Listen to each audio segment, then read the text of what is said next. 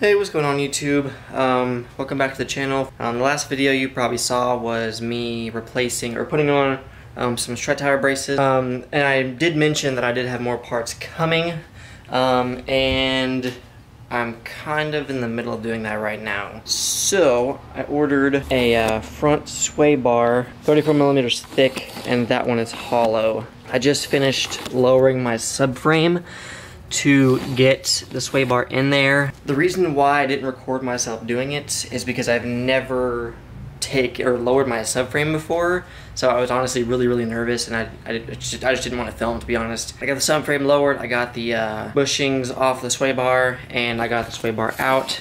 So this is where I'm going to start. I think I'm going to film the whole rear end because I don't have to drop the fucking subframe to get that done. I ordered new poly bushings for my new sway bar. Got new links, so... Alright, here is the old sway bar versus the new side by side.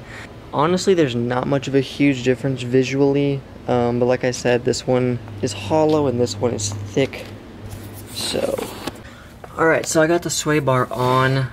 Sway bar bushings put in place. I haven't bolted them down yet, and the end links on. I did forget to mention that this sway bar is so much heavier than that one.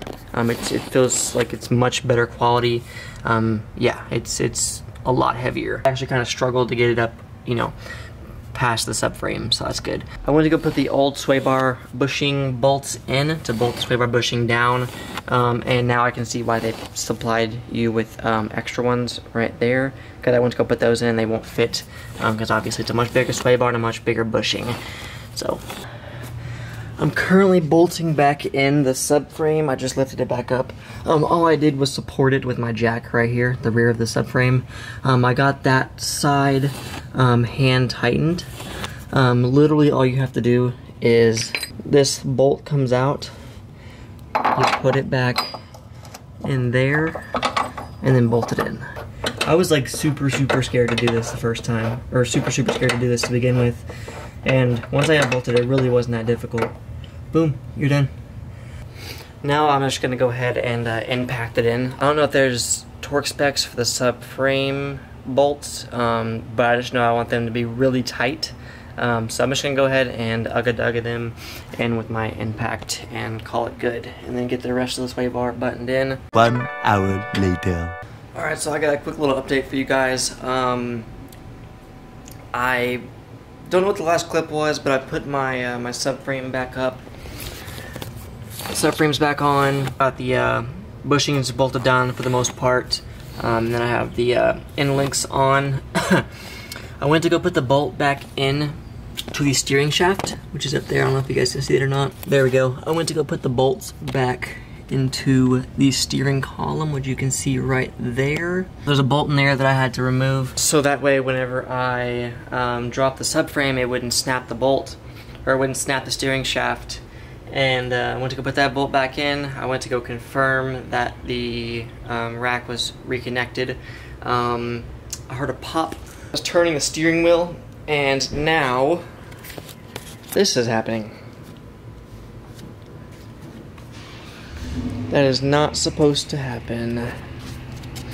So, as it turns out, whenever I went to go drop the subframe to get the new sway bar in, one of the bolts that I took out was the bolt connecting the rack and pinion to the steering shaft, and I didn't realize that. Rookie mistake. And whenever I went to go put the bolt in, the steering shaft wasn't all the way on the rack and pinion, therefore whenever I went to go turn the steering wheel, it popped off. Again, rookie mistakes. Moving on. Alright, what's going on YouTube? It's been like 2 or 3 weeks since the last clip. The front sway bar's done. That's been done for about 2 or 3 weeks now. All I need to do is get the steering shaft reconnected to the rack and pinion, and apparently I am not able to do that. There's literally not enough room for a pry bar. There's not enough room for anything down there. I'm about to do the rear sway bar. I'm gonna try to do this as fast as I can, because it's hot as fuck out here. Alright, so here is the bar. I'm not sure if it's actually bigger than the stock bar, but it is adjustable, as you can probably see over there. They didn't have black as an option for the ZZP sway bar, so I just picked up red. It's going to be underneath the car, so I'm not really too concerned about it. The new end links are in here and the new bushings are in here. I went with poly bushings, of course. Car's not a daily driver, so I'm not worried about it being a rough ride. End links, bushings, and a new solid ZZP sway bar.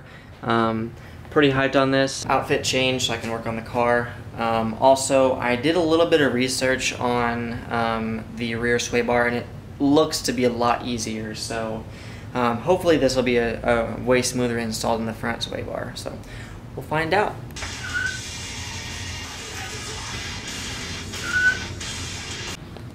Bro, I literally only jacked up the car. I literally haven't even started working and I'm already sweating. It's like 95, but the heat index is like 105, so mint. I got the wheel off. Alright, so first of all, I need to get, obviously, the end link off. There's a bolt on this side and this side that I have to leverage it out and get that off. And the bushings actually look pretty fucking shot. I mean they don't look terrible, but they look, if you'll focus, thank you. They're just worn. So, all right. So for me, it's a 14 millimeter wrench on that side and a 15 millimeter wrench or 15 millimeter socket on this side. Okay, so I got the end link disconnected from the struts, and now I got to get the bushing bolt undone, and this looks like it's a 15 as well, so get that taken off. Alright, so I got this side off. That was super easy as well. This might be like the smoothest install I've ever done on this car. Okay, so now I gotta get the other side. Alright, so I got the other side off, and the sway bar pretty much just fell out, so that's cool.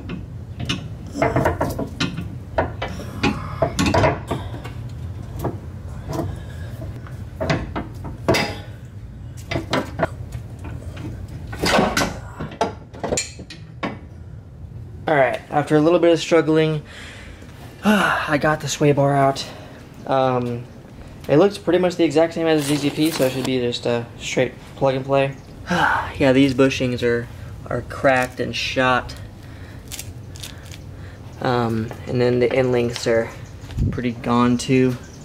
Here are the two side by side, minus the end links, of course. Let's get everything put on the new bar and then put it in. I just unboxed the new links, the new sway bar links, and you can actually see there's a pretty big difference in the end link as well.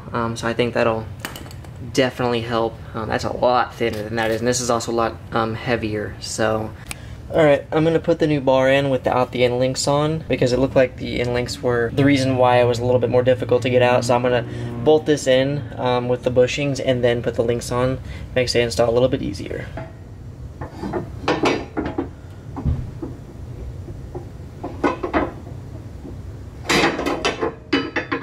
Okay, so I got the new sway bar in, bolted up.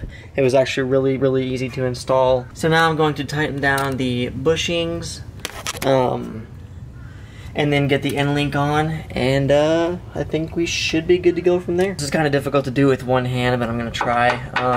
You just feed this bolt right here, this part that has the excess panel, and then you put the nut on the other side of that. As you can see, it's kind of hard to do with one hand. Go. And then just put that on there.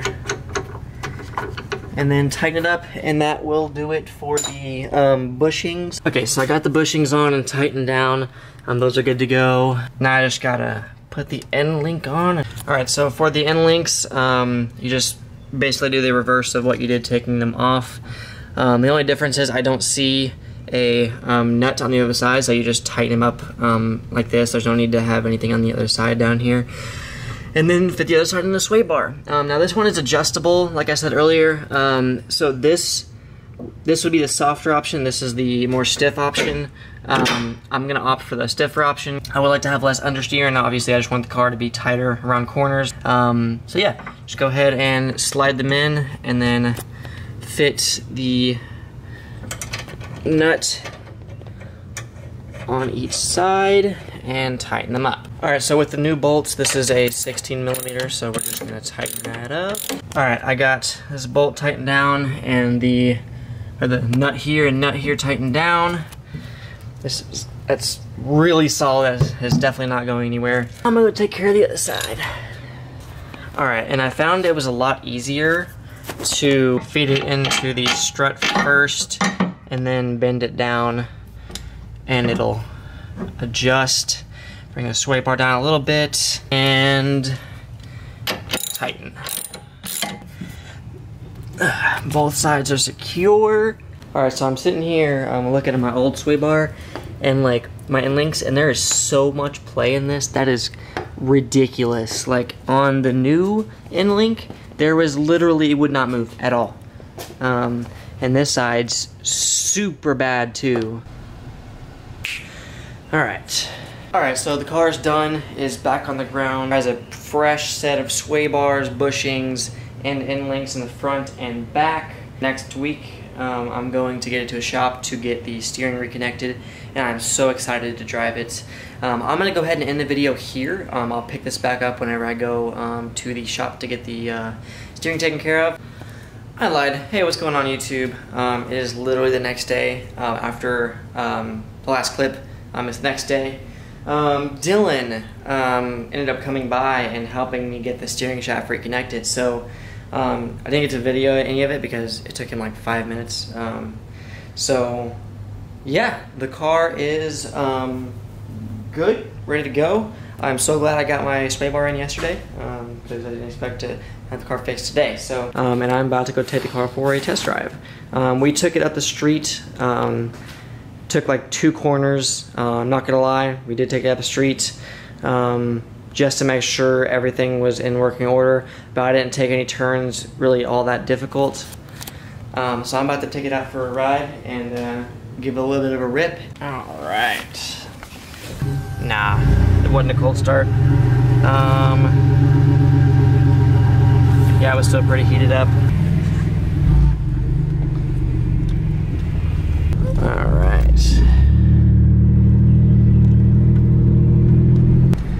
Alright, first corner. Let's see how this feels. Oh yeah, that is so much better. We'll whip around this corner. So, something new I did notice is I do have an airbag light now. I'm not entirely sure what that's for. I'll have to get that code read if I can and see what's going on with it. But I'm not sure what that is. Man, I missed my 5% tint. The Elantra doesn't have that. It's dope. I'm trying to find super sharp turns I can make. Oh, yeah, it ate that like a champ. This sway bars definitely helped. I can definitely say they helped. The car can actually turn now. I feel like once I get coilovers on the car and obviously lower it to the ground and have stiffer springs, that's just gonna tie everything in and make it 100% better. Like I said, the only thing that concerns me is the airbag light, because I've never had that happen before. And I don't want them just going off out of nowhere. One last turn getting into my neighborhood. Just gonna give it a good, oh yeah, oh yes, that is much better. Keep in mind guys, this car also does still weigh 3,400 pounds, so it's not gonna be perfect, but like it's definitely way more noticeable. All right guys, I think I'm gonna go ahead and end the video here. This video's been 2 weeks in the making.